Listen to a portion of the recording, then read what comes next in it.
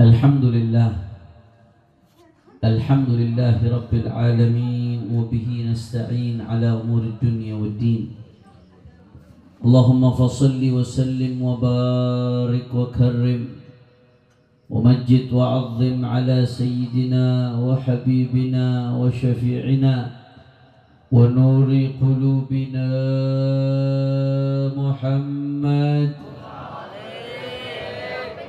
الفاتح لما أغلق والخاتم لما سبق ناصر الحق بالحق والهادي إلى الصراط المستقيم وعلى آله وصحبه حق قدره ومقداره العظيم يا فتاح يا عليم. أما بعد. Para alim ulama, para habaib, para kiai, para tuan-tuan guru, para tokoh masyarakat, wabil khusus kepada sahibul ma'had, pimpinan pondok pesantren Hidayatul Ansar, yaitu Al-Muhtaram wal Mukarram, guru kita Kiai Haji Ansari, dan segenap keluarga besar beliau, serta segenap dewan guru dan pengurus pondok pesantren Hidayatul Ansar. Begitu pula hadir di sini bersama saya ada saudara saya Al-Habib Qasim Ibn Hussein Ibn Alawi Al-Attas Al-Faqih. Juga tadi hadir bersama kita ada guru kita Kiai Haji Munawir Asli. Tidak lupa pula di sini ada saudara saya kata Baba. Begitu juga siapa? Ya siapa? Haji Sodik. Ya Allah, udah lupa ini. Dan semuanya para tuan-tuan guru, para tokoh masyarakat tidak bisa saya sebutkan satu persatu tanpa mengurangi rasa hormat saya kepada beliau semua. Kita doakan mudah-mudahan para habaib, para ulama, para kiai, guru-guru kita Allah panjangkan umurnya, Allah sehatkan badannya, Allah jaga zahir batinnya, Allah menangkan perjuangannya. Amin ya rabbal. Dan salam penghormatan yang paling istimewa saya hadiahkan kepada hadirin, hadirat, muslimin, muslimat, mukminin, mukminat yang hadir pada malam hari ini. Semua angkat tangannya, kita minta sama Allah. Mudah-mudahan tidaklah kita keluar dari tempat ini kecuali semua dosa kita diampuni oleh Allah. Yang sakit Allah angkat penyakitnya, Allah sehatkan badannya.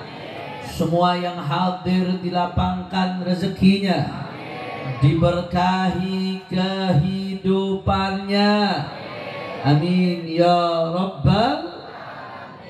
Ahibba'il kiram, Al-Imam Qutbil Irsyad wa Ghawthil Ibad wal Bilad Al-Habib Abdullah bin Alawi bin Muhammad Al-Haddad, di dalam kitabnya Al-Fusul Al-Ilmiyah wal Usul Al-Hikamiyah, beliau menyampaikan satu masalah penting, saudara.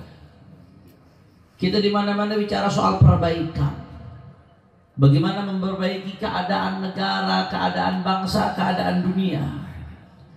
Kadang-kadang banyak di antara kita yang ketika berbicara perbaikan fokus dengan hal-hal yang bersifat materi, seperti kalangan materialisme. Ada juga yang kalau bicara perbaikan fokus tentang infrastruktur. Ada yang kalau bicara perbaikan fokus tentang hak asasi manusia dan lain sebagainya. Tapi kata Imam Al-Haddad, rijalul alam arba'ah fa'ala salahihim wa istiqamatihim yaduru salahuhu wa istiqamatuh. Kalau mau negeri baik, kalau mau bangsa baik, kalau mau keadaan dunia makin baik, maka harus ada 4 golongan, saudara. Semakin banyak 4 golongan ini, semakin baik 4 golongan ini, maka keadaan dunia akan semakin baik, ibadallah. Tapi sebaliknya, kalau justru 4 golongan ini tidak ada, bahkan yang ada kebalikan dari 4 golongan ini, maka apapun teori yang dilakukan, apapun langkah yang dilakukan, maka bangsa, negara, dunia akan semakin hancur. Na'udzubillah min. Apa saja 4 golongan? Yang pertama, Kata Imam Al-Haddad, abidun mustaqimun zahidun mutajarridun dzu ma'rifatin billahi kamilatin wa basiratin nafidah. Golongan pertama yaitu ahli-ahli ibadah, orang-orang soleh yang mustaqim, yang istiqamah, yang betul-betul mengenal Allah, yang betul-betul saudara di malam hari dia bangun, dia menangis dalam sujudnya, minta ampun terhadap dosanya, minta ampun terhadap dosa umat Islam, minta diperbaiki keadaan. Saudara, yang seperti ini dikatakan oleh para ulama, laulahumu bainal anami ladukdikat jibalun wa ardun lirtikabil khati'ati. Kalau bukan karena orang-orang seperti mereka, Allah Ta'ala sudah membenturkan antara satu gunung dengan gunung lainnya karena saking banyak dosa-dosa kita, saudara. Tapi berkat orang-orang soleh, ahli ibadah yang bertakwa kepada Allah, Allah Ta'ala katakan dalam Al-Quran, walau anna ahlal qura amanu wattaqaw lafatahna alaihim barakatin minas sama'i wal ard.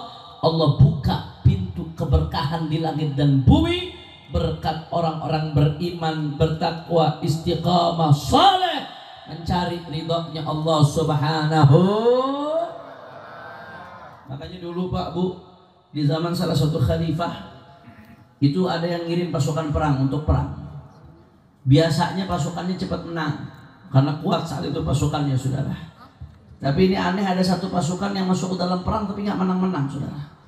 Padahal pasukannya kuat, pasukannya bagus, tapi Allah nggak kasih kemenangan. Ini khalifah lihat ini ada sesuatu yang nggak benar ini. Kok Allah nggak turunkan kemenangannya di pasukan tersebut, saudara? Akhirnya khalifahnya melakukan sidak. Sidaknya bukan siang, bukan sore. Sidaknya malam ketika jam tahajud, saudara. Jam 3 malam, jam 2 malam, ketika sepertiga malam terakhir, dia lakukan sidak itu khalifah. Dia periksa kemah-kemah pasukan-pasukan yang ada. Begitu dicek kemah ini, pasukan lagi pada sholat tahajud. Dicek lagi kemah ini, pasukannya lagi pada sholat tahajud. Dicek lagi kemah berikutnya, pasukan lagi sholat tahajud. Sampai ketemu satu kemah, waktu tahajud, pasukannya masih tidur. Ini belum bicara ninggalin subuh, enggak, cuma ninggalin tahajud. Apa kata khalifah tadi? Oh, ini dia nih, ini penyebab penangan gak turun karena Allah Subhanahu wa Ta'ala. Gara-gara ada satu kemah yang gak mau tahajud, yang gak mau ibadah sama Allah Ta'ala. Bagaimana Allah mau turunkan kemenangannya? Akhirnya dibangunin itu, saudara, disuruh ikut tahajud. Subhanallah, gak lama kemudian Allah turunkan kemenangannya. Saudara, kenapa demikian? Karena hakikatnya kemenangan kita bukan karena jumlah kita yang besar, bukan karena hebatnya senjata kita, bukan karena jumlah kita yang banyak, tapi kemenangan datangnya dari Allah. Semakin dekat kau kepada Allah, semakin turun kemenangan dari Allah Ta'ala, saudara. Allahu Akbar. Kira-kira jelas atau tidak? Jelas atau tidak?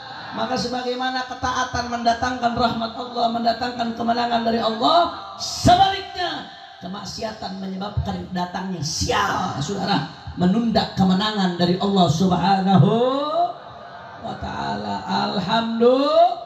Itu yang pertama. Yang kedua, singkat saja, saudara. Yang kedua, kelompok yang kedua yang disebutkan oleh Imam Al-Haddad adalah alimun bisyar'i, rasikhul ilmi bil kitabi wa sunnah, ya'malu bi'ilmihi wa yu'allimun nasa bihi wa yansuhuhum wa ya'muru bil ma'ruf wa yanha 'anil munkar wa la yudahid fid din wa la yakhsha fillahi lawmata la'im.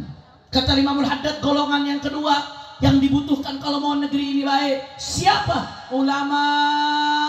Tapi bukan sekedar ulama yang betul-betul mengamalkan ilmunya, yang diajarkan ilmunya kepada orang lain, ngajak orang kepada Allah. Tapi gak sampai di situ. Kata Imam Al-Haddad, kalau mau negeri ini baik, kita butuh ulama yang ya'muru bil ma'ruf wa yanha 'anil munkar, yang betul-betul menegakkan amar ma'ruf nahi munkar, yang menyampaikan hak itu hak, batil itu batil, yang menyampaikan benar itu benar, salah itu salah, saudara.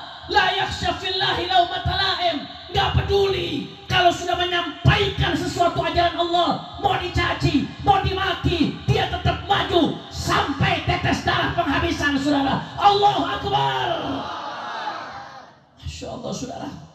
Ini ulama-ulama yang seperti ini kata Imam Haddad, berkat mereka negeri bisa jadi baik, saudara. Makanya nggak gampang Pak Bu. Ulama kalau bersikap seperti itu resikonya masih besar, musuhnya bakalan banyak. Kenapa? Karena bertentangan dengan banyak hawa nafsu, saudara. Akan ada banyak kepentingan yang merasa diganggu, akhirnya bertentangan dengan banyak hawa nafsu, ibadah Allah. Padahal Allah mengatakan dalam Al-Quran, kenapa umat ini jadi umat yang terbaik?